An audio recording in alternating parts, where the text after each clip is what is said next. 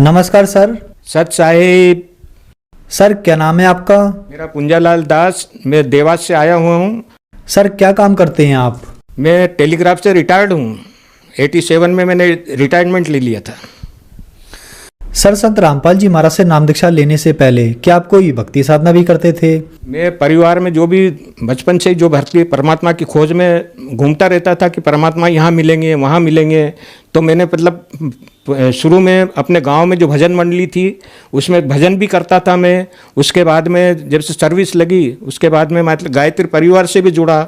उसके बाद में गायत्री परिवार से मतलब कुछ फ़ायदा नहीं हुआ तो उसके बाद में आपने ये विपश्यना शिविर भी करने आया। भगवान बुद्ध की जो विपश्यना शिविर है वो भी मैंने 2 कैंप किए पर वहाँ से भी मुझे कुछ संतुष्टि नहीं मिली। इसके बाद में फिर मैं संत राजेंद्र सिंह जी जो हैं दिल्ली वाले उनसे जुड़ा हुआ था। इसके बाद में राधा स्वामी जी से मत से भी जुड़ा हुआ था, संत गुरुविंद्र सिंह जी के। इसके बाद में फिर मैं अष्टविनायक मतलब महाराष्ट्र के वो भी करके आया। चारों धाम की तीर्थ यात्रा भी कर ली मैंने, अमरनाथ भी हो आया। इसके बाद नेपाल में भी ढूंढे आया, 12 ज्योतिर्लिंग के भी दर्शन कर लिए। पर मुझे मतलब कुछ शांति नहीं मिली और परमात्मा की खोज में लगा रहा मैं। सिर्फ भटकने वाली बात है, बाकी मैं इतना सभी दूर गया, बाकी मुझे आत्मिक शांति और किसी बात का मतलब कोई फायदा ही नहीं हुआ। लाभ का तो नामो निशान मालूम नहीं पड़ा मेरे को, पर हानि ही हानि उठाना पड़ी मुझे। मेरी मतलब देवास में 40 बाय 60 का मकान बने हुए थे नीचे, तो सिर्फ मतलब इतनी आर्थिक तंगी का सामना करना पड़ा कि मेरा आधा मकान 20 बाय 40 का सिर्फ 1.5 लाख रुपए में मतलब मेरे को देना पड़ा। मैं जिस गली से निकल जाता था उस टाइम से लोग परिवार वाले समाज वाले मिलते थे तो वो सोच लेते थे कि यार ये बाबूजी आ रहा है तो कहीं मेरे से रुपये पैसे नहीं मांग ले। यहाँ तक मैंने मुसीबत देखी साहब, और मेरा को मतलब बहुत ही आर्थिक सामाजिक हर तरह की मतलब परेशानी हुई। मेरा कोई मान सम्मान ही नहीं था परिवार में और न समाज में, इसलिए बहुत दुखी था मैं। सर संत रामपाल जी महाराज की शरण में कैसे आए आप? एक दिन मतलब मेरी बच्ची का बच्चा मतलब तो वो कहीं ज्ञान गंगा का प्रसार हो रहा था गुरु जी का, परमात्मा जी का, तो वहाँ से वो ज्ञान गंगा खरीद लाया। आज तक कोई किताब नहीं लाया था वो मेरे लिए, पर उस दिन वो लिया है तो बोले नाना जी आप ये किताब पढ़ो। मैंने उसको पढ़ी और पढ़ने के बाद में एक हमारा मतलब मित्र है बालगढ़ में देवास का ही, उसको ज्ञान गंगा पढ़ने को दी मैंने। पढ़ने के बाद में उसने भी पढ़ी, फिर हमने मतलब दोनों ने विचार किया कि भाई अपन चलते हैं कि भाई ऐसे संत कौन से हैं मतलब कि जो ऐसा ज्ञान बता रहे हैं। तो हम मतलब खाली परमात्मा की खोज में मतलब निकले दोनों। तो हम करीब 11:30-12 बजे मतलब बरवाला परमात्मा के आश्रम में पहुँचे और बाद में सुबह उठे तो भगत लोगों ने बताया कि भाई आपको नामदान लेना की इच्छा है कि नहीं। तो मैंने कहा हम आए तो नहीं है इस हिसाब से, हम तो आए थे कि भाई ऐसे परमात्मा जो ज्ञान दे रहे हैं मतलब कौन है, मतलब वो देखने के हिसाब से आए थे। तो भक्तों ने हमें शर्तें बताई, तो मैंने कहा ये सब शर्तें मानते हैं, हम तो शुरू बचपन से ही मतलब करते आ रहे हैं। मतलब नामदान का फार्म भरवाया और उसके बाद में नामदान लिया। नामदान के बाद में रामपाल जी महाराज के दर्शन के लिए मतलब लाइन में लगे और संत रामपाल जी महाराज ने सिर पे हाथ रख के और आशीर्वाद दिया। सर संत रामपाल जी महाराज से नाम दीक्षा लेने के बाद क्या आपको कोई लाभ भी प्राप्त हुए? सर जी मैं जब से संत रामपाल जी महाराज की शरण में आया उस टाइम से मुझे लाभ ही लाभ होने लगे। अब मैंने ऊपर मकान का काम शुरू किया था, जो बाकी बचा था हिस्सा उसमें, तो उसके भी मतलब कर्जा ले लेके मैंने बनाया था उसको, पर परमात्मा ने वो कर्जा मतलब कैसे निपटाया वो मेरे को समझ में नहीं आ रहा है। और आज मतलब कोई कर्जे का मतलब किसी के पास हाथ मांगने की कोई ज़रूरत नहीं पड़ रही है मुझे। संत रामपाल जी महाराज ने मुझे जीवन दान भी दिया।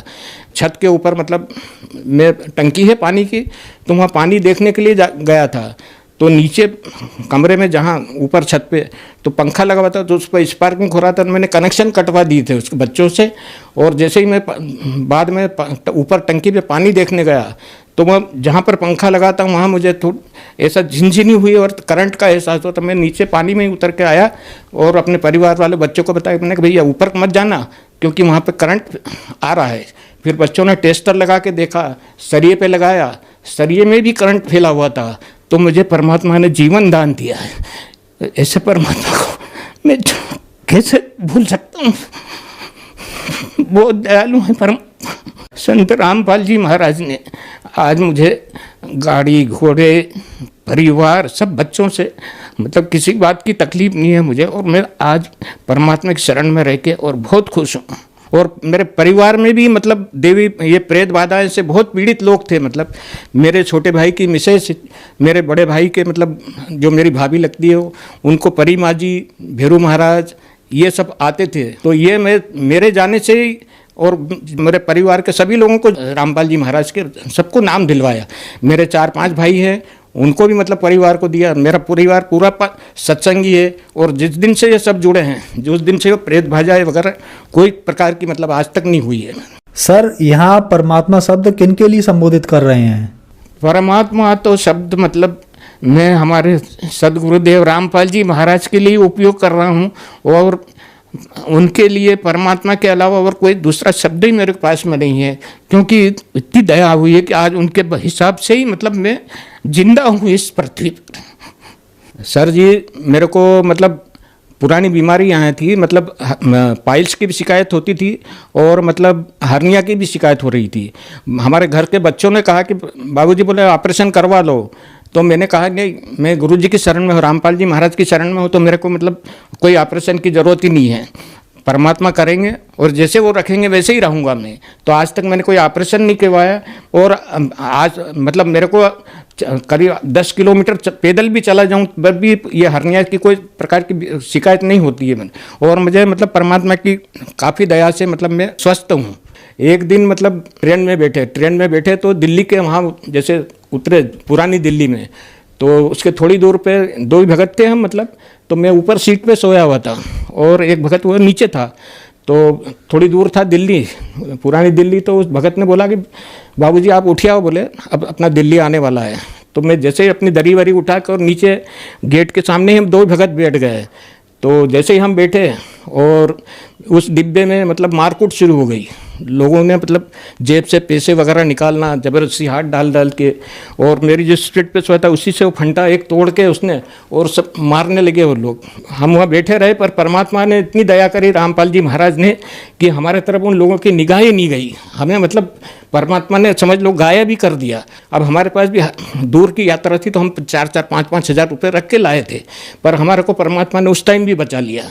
सर, भगवान प्राप्ति के लिए आप बहुत सारे तीर्थ स्थलों पर गए, अमरनाथ गए, चारों धाम गए, और आपने राधा स्वामी पंथ से भी नाम दीक्षा ले रखी थी। आज के समय में जो श्रद्धालु ये साधना कर रहे हैं, चाहे वह धाम पर जाते हैं, तीर्थ स्थलों पर जाते हैं, या राधा स्वामी पंथ से जुड़े हुए हैं, आप उन्हें क्या कहना चाहेंगे? जबकि आप भी यह साधना कर रहे थे, आपको कोई लाभ नहीं हुआ।